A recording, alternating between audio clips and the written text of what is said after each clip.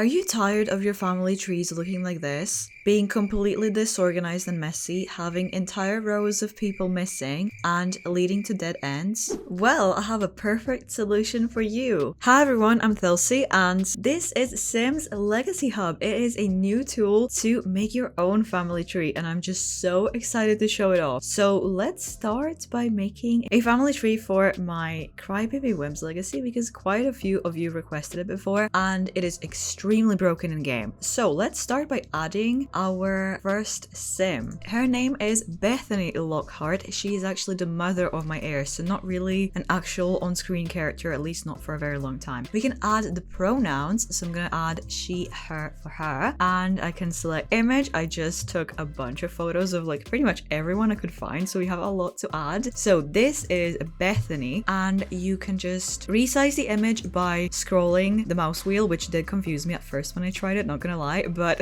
it's pretty great. I just want to center it pretty nicely. There we go. And it's just there. It looks so good. I can add some details here. I think I would add most likely maybe where she lived or how she died. I'm not gonna bother right now, to be honest, but it's just something you could put like pretty much anything in there. And the life stages I'm gonna be doing as whatever she was in game that we've seen. So we've only seen her as an elder. She wasn't any occult, and she is deceased for like a really long time already. So let's save that. And there she is, our first sim on this family tree. And I will leave the info about the Sims Legacy Hub in the description. It is currently not out yet. This is an early access version because I subscribed to their email newsletter thing, and they were just so wonderful that they gave everyone who subscribed to it early access. So I think that this app is going to be out for everyone maybe in a couple of days, but I really wanted to just show it off to you because I've been excited for it for so long. So let's add another relationship. I'm going to be adding Bethany's husband. So we can add a lot of things. We can add someone who Bethany abducted. I'm guessing that's for aliens. Adopted, child, clone. Oh, I've not even seen that one. Disowned. Wow, that's great for storytelling. Divorce, dating, ex, a friend. That is so interesting. I guess I wouldn't really count this as a family tree. It's more of a just relationship tree. That makes more sense. Half sibling, married. I'm going to be adding that one. Partner, pet. Oh, I didn't take photos of the pets. I should have done that. Sibling, surrogate, or widowed. But I'm going to be adding your husband. So let's set that as a new sim. We can't really select anyone. So her husband was called Wade Lockhart. I have a couple of autofills because I tested some things before recording, but let's just pretend like I didn't. I'm going to be adding his pronoun, so that's he, him, and adding the photo of him. So this is Wade, and let me just have your nice little portrait like so. This is just so simple and amazing, honestly. Okay, you were an elder, not an occult, and you are long deceased. So we have these two together, married. I'm gonna put that like next to there. You can also turn on a grid snap, which I think is pretty good for me because I like to have things in order. So it snaps to a grid, so it's a little bit easier to manage. You can turn off the grid though, and you can just kind of like move things around just freely however you want to, but I think that a grid is probably a little bit better for me. And when you click on the portraits, you can also see the relationship and the life stage, and if I wanted to add some details, I could. Let's just go to Wade here and just add that he was a little mean in life, because he kind of was, so you get that in details. I will get rid of it just now because I don't want to have that there, but just wanted to show you. So these two are married, but I want to add a child to them. So if I go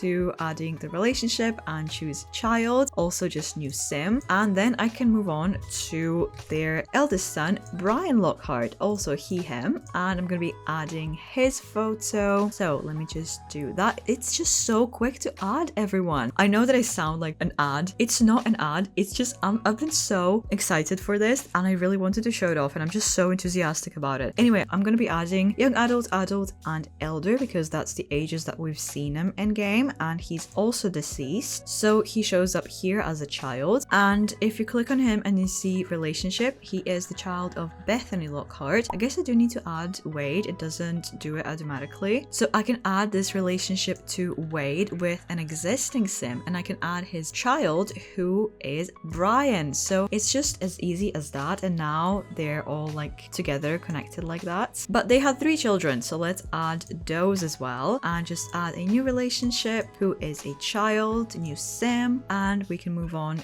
to Annette Lockhart. Her pronouns are she, her, and let's add her photo. so. Honestly, I never liked Annette in my series. She was always just a bit mean, but I kind of love the way she looks. And we've seen her as a young adult, and an elder. She's also long deceased. But let me just add this relationship to Wade as well. So Annette is your child, so they're all connected like that. I kind of want to swap them around because Brian is older, so I think I want to have it in an order where they were born, and I also want them to be connected as siblings. You don't necessarily have to do it this way, but I just like to have everyone connected. I think that that's probably the best way to do it for me. So it also says siblings between them. And lastly, for this generation at least, I'm going to be adding another child who is my main sim for this generation, and that is Lauren. So let's pick her pronouns and her photo. I really miss Lauren. That generation was just so iconic, and I'm really glad to be doing the family tree finally. So let's choose your ages. You were young adults, and elder, and unfortunately also deceased. So here you are, and I want to add your relationship to Bethany. You were her child, so let's select that so everything is nicely connected. And I'm going to be also adding the sibling status from Annette's side. So Lauren was your sister, and I am also going to be adding that for Brian, I guess, because I want everyone to be connected. I don't really know how that's going to be looking on the tree, hopefully. Okay, it's not messy at all. So if I click on Brian, for example, he has the relationships of being the sibling of Lauren and Annette, but child of Bethany and Wade. And moving on to Lauren's generation, it's time to add... Who am I going to add? I think that I'm going to add your ex-husband. So we are moving on to that entire side of the family, which would be Lewis. Oh, I don't know what his surname was, because I think that he took Lauren's surname. I guess I will keep it that way, that he just took her surname. I wasn't thinking about that. Let me add his pronouns and, of course, his portraits. And I also have a bit of his side of the family, so I'm going to be adding it on that side so we see what it looks like. And we have also seen him only as a young adult, and an elder, and he is also deceased, unfortunately, by this point. So I'm going to be just dragging him to the side here because I will add their children. I think maybe that's the best way to go about this. One thing that kind of bothers me a little bit is how snappy things are, and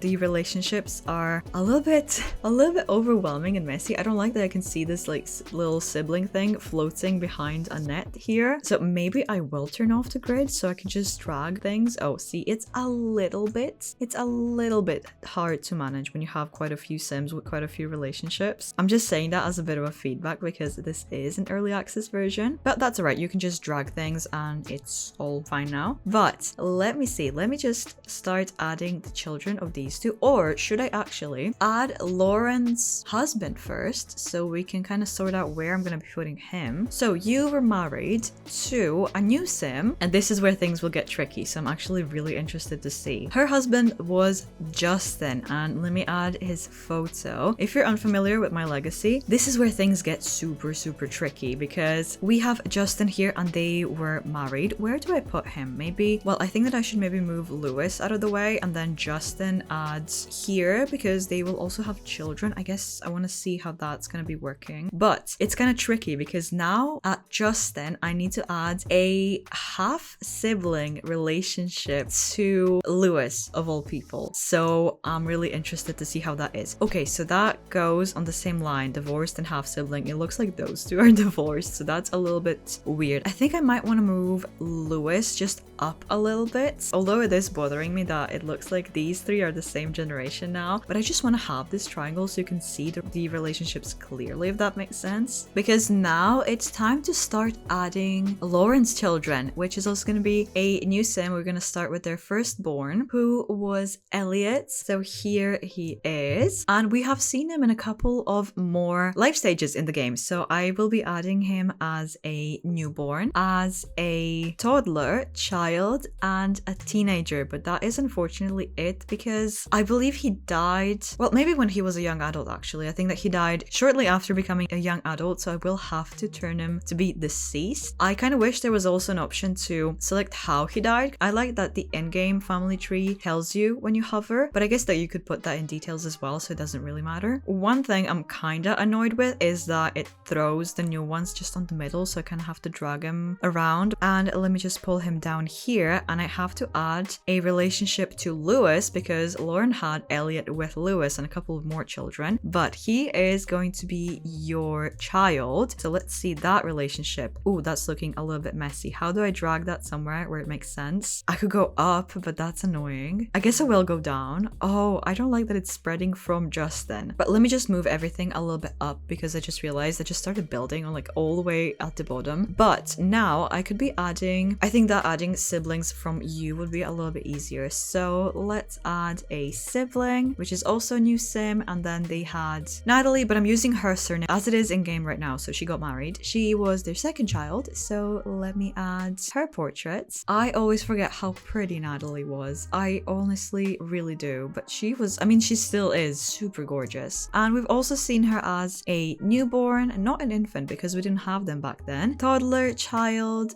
teen, young adult. I think that she might actually be an elder right now, but I'm kind of unsure, but she is alive. We finally moved on to alive people in the generation, which is pretty great. So we have her. I'm gonna move her here to the side because I think that makes the most sense. And I can also add this relationship to Lewis. Select Natalie as your child. Honestly, maybe I shouldn't be doing it that way because it gets really messy really quickly. So maybe I should. Although I like having these little relationship bits, so I'm not really sure if I should remove it or not, but it gets just so annoying. So maybe I want to hide this line just so we kind of keep things cleaner because we have quite a few kids to still add to this generation. And I decided to do the rest as like a bit of a sped up version so you can kind of see the entire process of me making the rest of the tree because I added a lot of sims, so I think it's just a little bit more sensible to just speed it up so you can see the entire thing. But while you are watching that, I'm going to tell you more about the Sims Legacy Hub. So I double checked and the public release is planned for December 1st, which is really soon. So hopefully you'll be able to use it any day now. And I will link their website in the description where you can see a little bit more info that is available about some features that I didn't show you, for example, downloading and sharing so you can share your tree with other simmers. And they also have some subscription plans available if you want to have more trees, because in the free plan you can only have one, but in their subscriptions you can have multiple trees or uploading your tree to the cloud so it's extra secure so you can't lose it. So go on their website and look at everything so you don't miss anything. And now I can tell you just my general thoughts, and as you can tell, I honestly really love this. I really do. This is so silly, but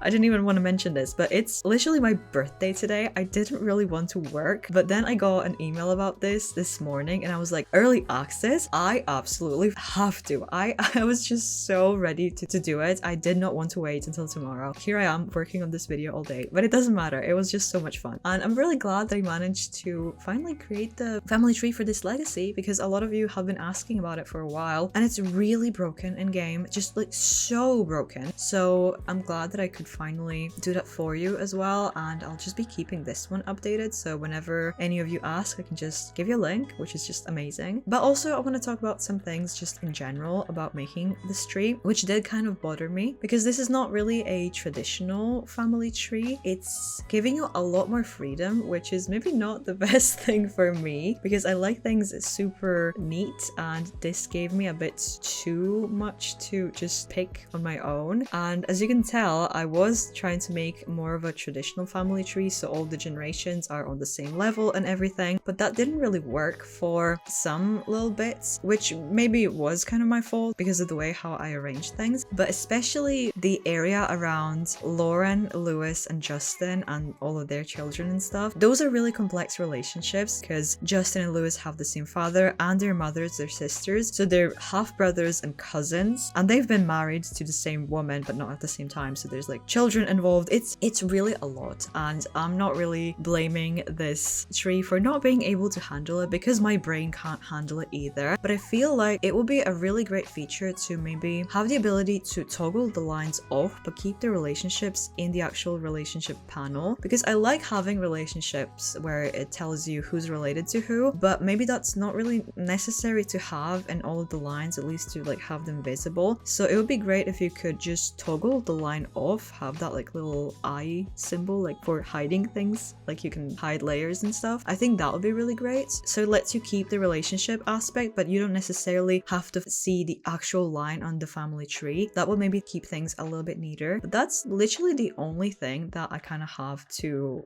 complain about it, because it's not really even a complaint. But when it comes to clusters of like normal family relationships, you can see that it's looking pretty perfect. So I'm just so happy with this, and I love it so much. So I would 100% recommend it. Don't forget to check their website out. It's in the description again. I'm reminding you, don't forget. But that's it from me now, and I will see you in another video. Bye!